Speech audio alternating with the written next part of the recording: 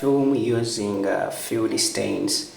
So what you need your already dried and well-made thick blood film, and so you need field stain A, you need water for washing from field stain A, you need field stain B, and you need water for washing after field stain A, and you need a pad to dry the back of your slide. Shall start.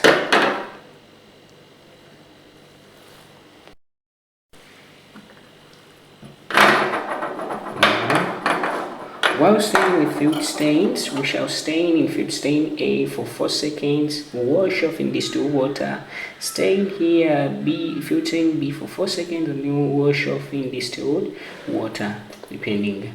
And so we shall start with field stain A. You can count or time yourself, and so those are 4 seconds.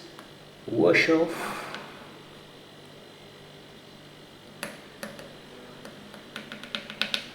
Then B,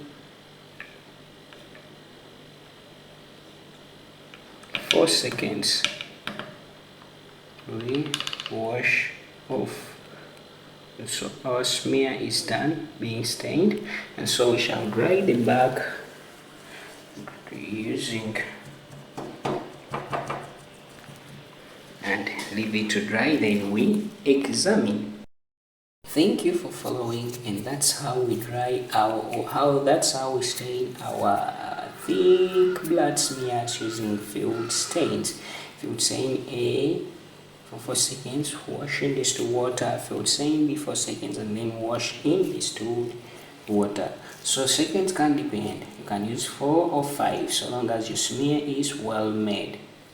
Thank you. And when you make a smear, you make sure that you can see through it. You can test. I'll show you in one of my videos how you can test for a good thick smear.